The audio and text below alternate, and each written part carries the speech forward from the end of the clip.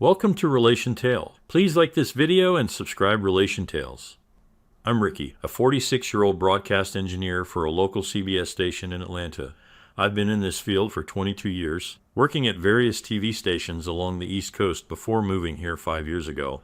I'm dark-haired, 6 feet tall, and weigh about 200 pounds. Some say I'm handsome, but I've been happily married to Sharon for 22 years. We have 2 daughters, Melanie, who is married, and Stephanie, who is finishing college. Sharon has been working as our Pastor Bob's secretary at the church orphanage for a year and a half. Last week, I had time for lunch, so I decided to surprise Sharon by inviting her. I parked at the side entrance of the church office because it was raining. When I walked in, I heard Sharon and Pastor Bob talking about our Monday night soccer game, which I was hosting on the radio. Sharon mentioned she had made hotel reservations. The pastor assured me everything was set and offered to show me the room. But instead, I heard creaking and moaning from Sharon. I was shocked.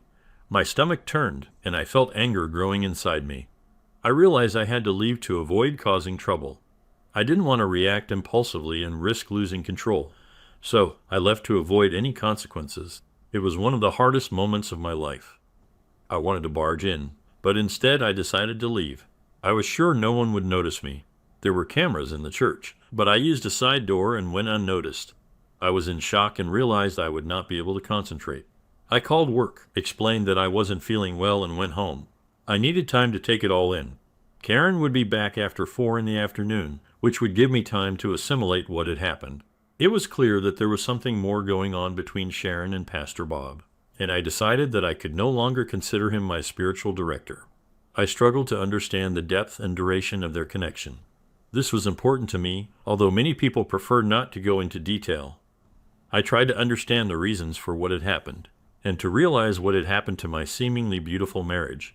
It turned out that in Sharon's eyes, it was not as perfect as I thought it was.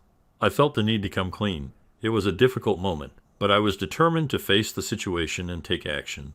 When I got home, I made myself a cup of coffee and went out into the yard, hoping that the fresh air would help me understand the situation. I will not hide the fact that I shed a few tears at that moment. It was painful to realize that you had lost control of what you thought was yours, especially in a marriage. I believed in fidelity and love, but this event made me question my values and rethink everything I believed in. I felt vulnerable and scared. This shows how a change of spouse can affect a person's emotional state. I sat there fighting my emotion, trying to remain calm and logical to realize everything that had happened to me. There were things that had made me doubt before, but I let them go, trusting Karen. They were small things that seemed insignificant, but now weighed heavily on my chest. Tying things together, I wondered how I could have been so naive. It was a common trust that had been shattered today. I wanted the old unemotional facts. I wanted to understand why it had happened and who else might be involved. My confidence was gone, and I was determined to find answers. I decided not to meet with Karen right away so as not to reveal my feelings. I left the house at 3 in the afternoon and went into town to get some things I needed for a few days. Then I went to my supervisor's office and asked for an extra day off, explaining that I had personal problems. He agreed. After that, I went to Frankie's to hang out and got home around 5 in the afternoon. I called Sharon to let her know I would be late and wouldn't be home for dinner. She seemed upset and mentioned wanting to spend a romantic evening together. I told her my plans had changed, but she responded curtly, saying she didn't expect me to care. That wasn't what I wanted. I got home around 10:30 p.m., a little tipsy, but sober enough to notice that the bedroom door was closed. I knocked to see if she was awake. If this is a game you want to play, I don't need to participate in it, I told her, without waiting for proximity. The next morning when I woke up, she was sitting at the table drinking coffee. She seemed to have gone cold when I walked in, but ignorant of her deception, I merely smiled politely and suggested she not bother me with breakfast. I told her I would buy something on the golf course and left as I left. I ignored her calls. Soon after, I realized she had left and received a nagging voicemail demanding my immediate return. The truth is I wasn't going to play golf. I used it as an excuse to get away and take care of something at the old church. I didn't want to listen to Bob's sermon. I knew no one would be there at that hour. I went in using my keys since my wife worked there. I went to their office to set up some hidden cameras and microphones. It took me a little while, and hid the transmitter in a closet behind some old shoes. I had a receiver in the trunk that I connected to the car's electrical system. to monitor their conversations and actions while they were in their offices. I didn't expect much activity, but I hoped to get valuable information by watching and listening to them for a few days. After making sure everything was working properly, I started going through their desk. Although I didn't find anything important, there was a large asterisk in his schedule for Monday that matched the conversations I had overheard on Friday. I was prepared for anything that might happen the next day, so I stopped by Bob's office and started to search it. Not too successfully, but just when I thought I was wasting my time, something occurred to me. I decided to go through the files looking for receipts for church expenses. Lo and behold, I found a folder with several receipts from Los Angeles and Rosa. Some were dated late 2019 and a couple dated spring 2020. Feeling like I was stalling, I made copies of the receipts and prepared to leave. The next step was to visit the golf course and park in the usual spot. I walked into the clubhouse, headed to the bar, and ordered a Splite. I wanted some people to remember my presence. After spending a few hours at the table, I looked over the receipts and found that 2 from late 2019 and 2 from spring 2020 matched the dates I was at a conference at CBS headquarters in New York. I was furious that Bob had put these bills into the church budget, disguising them as conference room rentals for his meetings at a motel where I unknowingly paid the bill. His revenge was in motion, and I needed more evidence to decide what to do.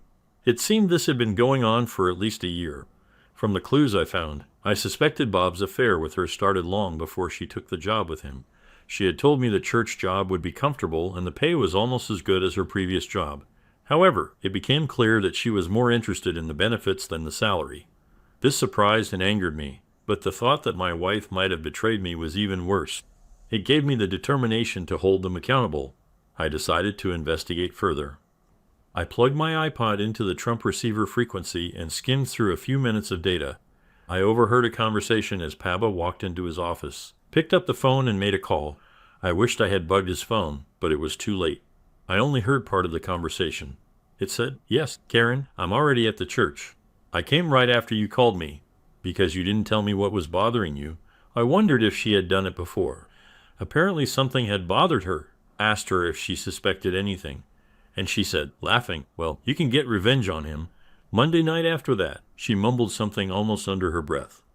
I kept the sound fragment, realizing that it might come in handy. When I got home, I took care of the lawn and some chores in the basement. She didn't say anything to me when I walked in. That the tension in the air was palpable during dinner, I decided to ignore it, and she finally tried to start a conversation by asking me what was bothering me lately and why I was behaving so strangely. I responded by reminding him that I had locked myself in my room last night and rarely went out with my friends. I pointed out that when I did, she reacted upset. So the situation was the result of her actions, not my choice. Her response was full of profanity. I realized that her language did not correspond to the behavior expected of a devout Christian woman. Her response clearly read guilt, and it was incomprehensible to me how she expected me not to notice. She regained her composure and walked away from the table. I assumed that when it all came out, he would have a hard time getting over it. Late in the afternoon, he came into the living room where I was watching TV with reddened eyes, hinting at tears. The rest of the night passed in silence. When I went to sleep in the guest bedroom, she also came in. She asked me if I was going to sleep. I replied that, given what she had said about the distance, it was better if I slept here alone. She left the room in tears. In fact, on Sunday morning, when she woke me up to go to church, I refused to go. She came out with a certain expression, likely aware of the situation, and left the house. We walked around silently all day and then went to our own rooms. On Monday morning when I left, we didn't see or talk to each other. She called me later, apologizing with a deep voice, expressing her feelings in tears. I assured her we would talk when I got back in the afternoon and hung up. I then contacted my supervisor, announcing a day off, but confirmed I would still cover the Monday night soccer game. He confirmed my availability and asked about business. I told him everything was on schedule. My next stop was the Cadet Hotel. As I entered the lobby, I tried to look like a normal guy at work. I noticed a guy named Kevin who was more engrossed in his phone than his surroundings. I walked over with a tablet in my hand and pretended I'd been called by tech support for a hot tub. I created a task for air conditioning repair. Interpreting the hot situation, Kevin handed me the notepad, furrowing his eyebrows slightly. Keeping a professional face, he asked for the room number. A bit puzzled, he handed me a key card, telling me to be quick. Instantly I was in the room, dropping my tool bag. But instead of wrenches and sensors, I was carrying microphones and cameras, high-tech gadgets, as they say. I was but in reality. I was setting up my own operation to trap my wife on the ass platform. My devices were so well hidden that no one would have noticed them. I left the room quietly and quickly and nodded to Kevin as I walked out. The air conditioner stopped making noise as I had told him, and he barely looked away from the screen. Feeling like James Bond, I moved toward understanding the situation with my wife.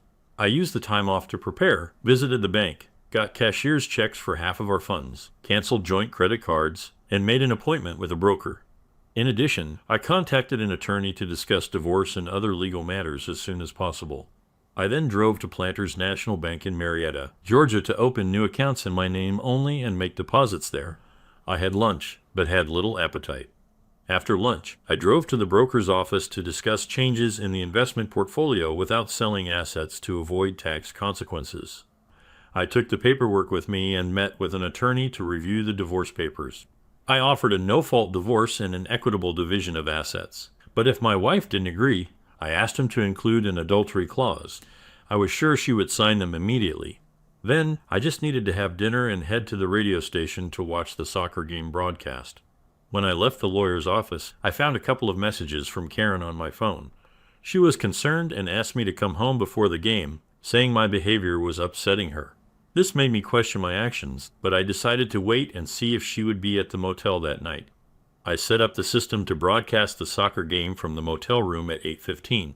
I listened closely to Bob on the phone, who said he would wait for her in the room. Sharon replied that she would be there after the conversation, and I realized that I would have to listen to that conversation again to make sure I was doing the right thing. Although I didn't expect it to end, the pain was still deep. This experience only strengthened my resolve to make them face the consequences. I grabbed my contact list and began making calls, a task that took me nearly half an hour. It took me almost half an hour. Karen had already arrived at the motel, so I went back to watching the video and audio broadcast. She confessed to me, my God. Bobby, the idea of you being intimate with me excites me so much. I really appreciate these nights together. Bobby invited her closer, and she responded that she was willing to satisfy his desires. My emotions fluctuated between amazement and disgust at seeing them together with the pastor and church secretary. I witnessed a perversion that I could not comprehend. They both deserved the consequences. I was lying in bed and could no longer describe it. My feelings for the man who had once been the love of my life were torn apart. Our future together had been shattered. I had lost some of my humanity. My only goal was to hold them accountable. I put the system live and began playing Bob and Sharon's take from the beginning. After a few minutes, the phone started ringing off the book. I decided to ignore it, pulled out my cell phone, and dialed Karen's number. His displeasure was palpable through the phone. I tried to find out where he was and what was going on, but was met with his sarcasm. He explained that he was shopping and planned to spend a good amount. Thanking him with a touch of irony, I received an irritated response from him and his concern about my behavior. I decided to call the motel. Kevin, it's the boss. Can you ask Sharon to talk to me again?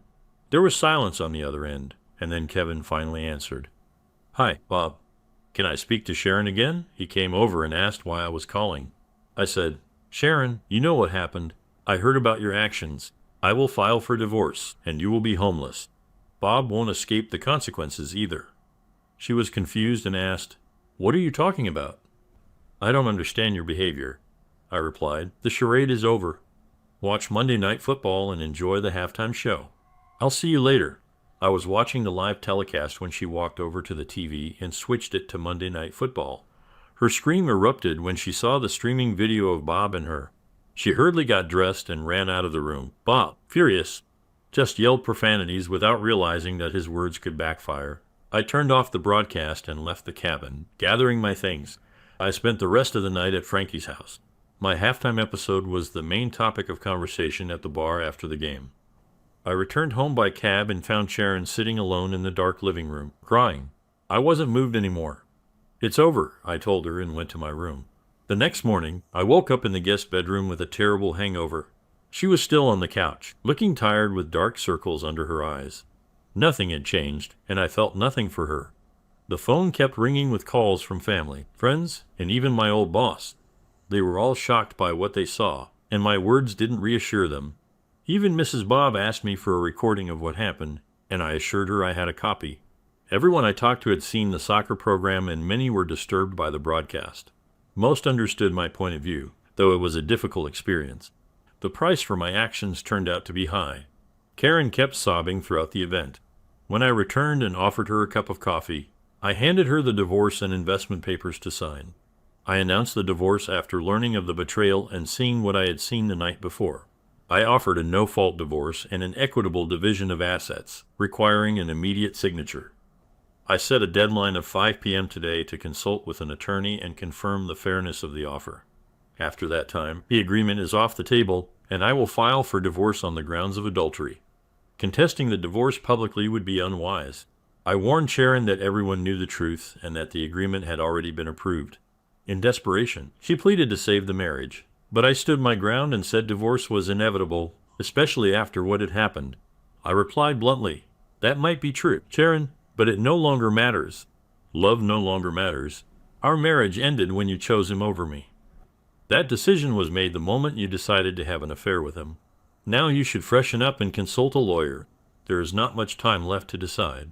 That same day, she came back with the papers. My lawyer recommended that I sign those papers, claiming it was a fair offer given the circumstances. She offered to talk, mentioning forgiveness and the possibility of working on our marriage. I agreed to listen to her because I really wanted to understand what had led her to do that. We sat down at the table, and she began to explain. The breakup began before she started working with Bob. She admitted that she didn't understand why it had happened, as she was happy with me. She described his charismatic demeanor and the feeling that he loved her.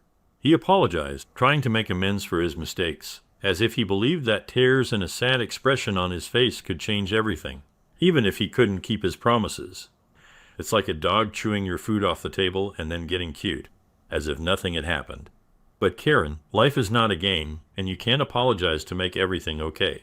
Apologizing is not enough at this point. Here, Karen, in this packet of documents are 2 sound clips. In the first, Bob says to make sure your husband doesn't find out about our affair.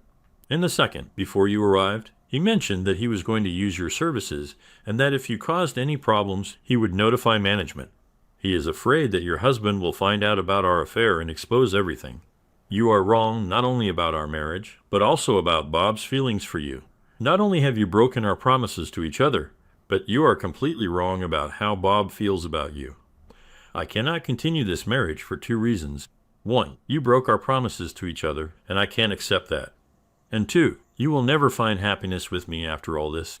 No matter how much love there was between us, it is no longer enough to undo the damage you have done to our marriage. In the end, she just sat there crying, knowing that what I was saying was true. She signed the 2 papers. I announced my decision to leave, giving her time to find a new place to live. I didn't think she could afford it. And frankly, I didn't want to stay where there were so many memories. Either we agreed to sell the house and split the proceeds equally with the rest of the assets, except the house, which held too many memories that I wanted to leave behind. I packed my suitcase and papers, got ready ahead of time, and left the house. I went to the office to deliver the papers, checked in ahead of time, and left the house. I went to the agent's office to serve the papers and checked into a hotel the next morning. I discussed the divorce papers with the attorney, and he agreed. We filed them with the Superior Court in our county the same day. During our meeting, we also talked about the tough situation I was in at the radio station.